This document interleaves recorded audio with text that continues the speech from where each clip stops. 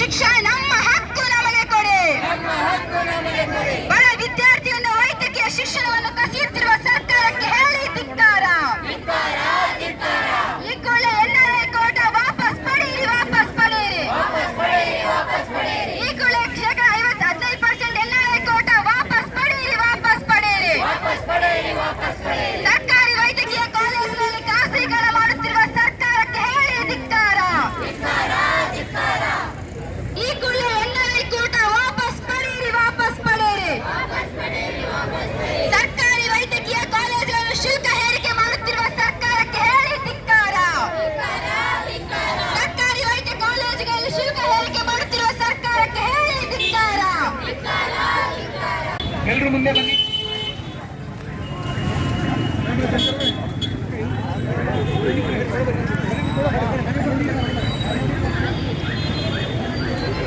ನೋಡ್ರಿ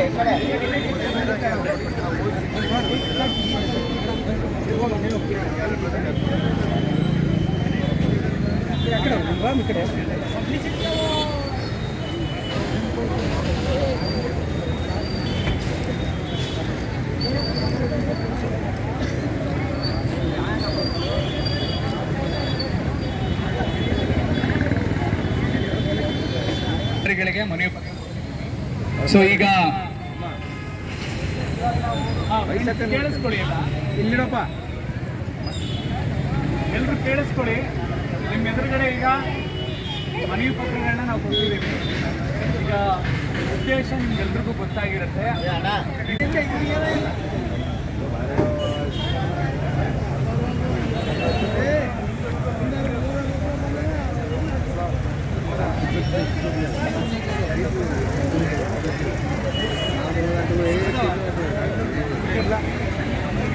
राहिलेला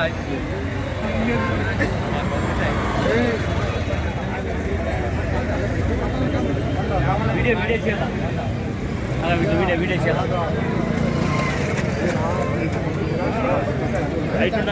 बागा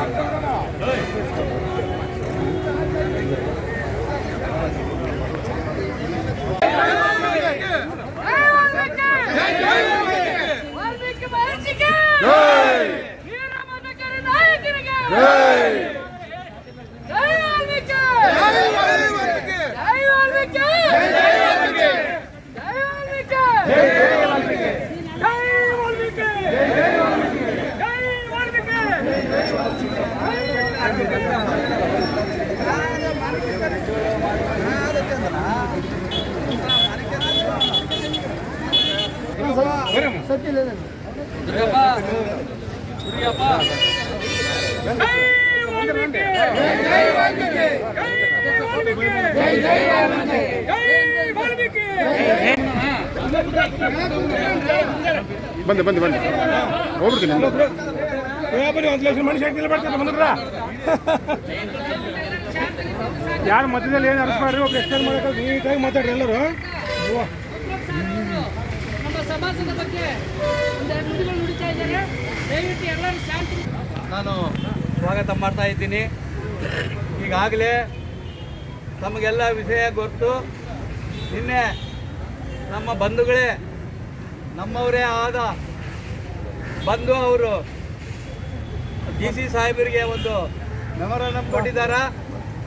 ಆ ಮೆಮೊರಾಂಡಮ್ ಬಗ್ಗೆ ಏನಂದರೆ, ನಮ್ಮ ಇಲ್ಲಿ ಸೇರಿರ್ತಕ್ಕಂಥ ವಿಚಾರ ಏನಂದರೆ, ಇತ್ತೀಚಿನ ದಿನಗಳಲ್ಲಿ ನಮ್ಮ ಸಮಾಜದ ಕೆಲವು ಮುಖಂಡರು ಇಲ್ಲದ ಸಲ್ಲದ ಆರೋಪಿಯನ್ನು ಮಾಡಿ ತಾಲೂಕು ಅಧಿಕಾರಿಗಳಾದಂಥ ಗಾಂಧಿಗಪ್ಪನವರ ಮೇಲೆ ಇಲ್ಲದ ಸಲ್ಲದ ಆರೋಪಿಗಳನ್ನು ಮಾಡಿ ಆಧಾರ ರಹಿತ ಆರೋಪಿಗಳನ್ನು ವಿತೌಟ್ ಎನಿ ಎವಿಡೆನ್ಸ್ ಇಲ್ಲದಕ್ಕಂಥ ಆರೋಪಗಳನ್ನು ಮಾಡಿ 16 ಕೋಟಿ ರೂಪಾಯಿಗಳನ್ನು ಅವರು ಸರ್ಕಾರ ವತಿಯಿಂದ ದುರುಪಯೋಗ ಮಾಡಿಕೊಂಡಿದ್ದಾರೆ.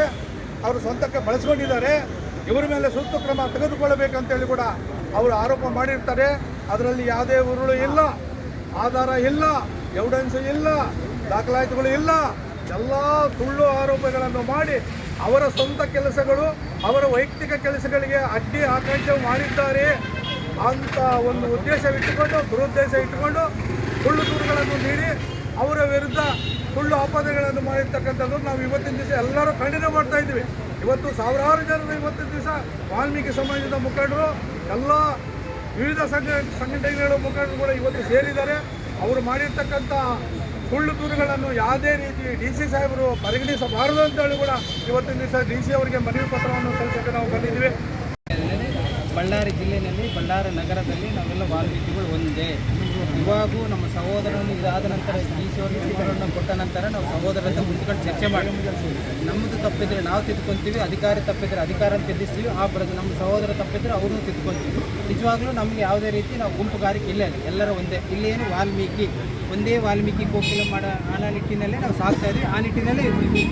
ವಿಶೇಷವಾಗಿ ವಾಲ್ಮೀಕಿ ಭವನಕ್ಕೆ ಸಂಬಂಧಪಟ್ಟಂತೆ ನಮ್ಮ ಸಹೋದರರು 2 ದಿನಗಳಿಂದ ಒಂದು ಆರೋಪ ಮಾಡಿದ್ದಾರೆ. ಏನು ಆರೋಪ ಮಾಡಿದ್ದಾರೆ? ಸುಮಾರು 16 ಕೋಟಿ ಹಣ ಅದರಲ್ಲಿ ದುರುಪಯೋಗ ಆಗಿರುತ್ತದೆ. ಈಗ 16 ಕೋಟಿ ಹಣ ಎಲ್ಲಿಂದ ಬರುತ್ತೆ? ಅದಕ್ಕೆ ಅಧ್ಯಕ್ಷರು ಜಿಲ್ಲಾಧಿಕಾರಿಗಳು, ಕಾರ್ಯದರ್ಶಿಗಳು ಪರಿಶಿಷ್ಟ ವರ್ಗಗಳ ಕಲ್ಯಾಣಾಧಿಕಾರಿ, ಅದರ ಜೊತೆಗೆ ಸದಸ್ಯರು ನಮ್ಮ SP ಅವರು, ಸಮಾಜ ಕಲ್ಯಾಣ ಇಲಾಖೆ, ನಮ್ಮ ಸಹೋದರ ವಾಲ್ಮೀಕಿ ಭವನ ಕಮಿಟಿ ಸದಸ್ಯರಿದ್ದಾರೆ.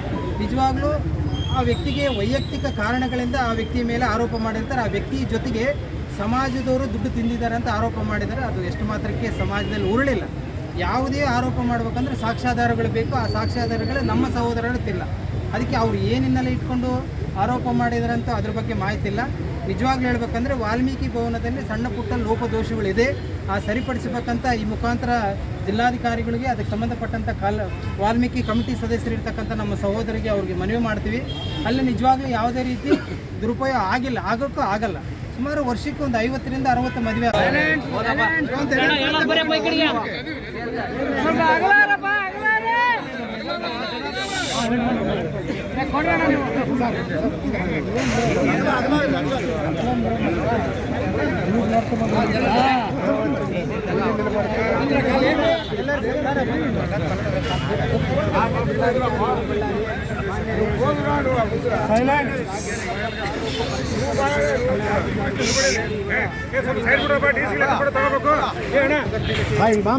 ಕರ್ನಾಟಕ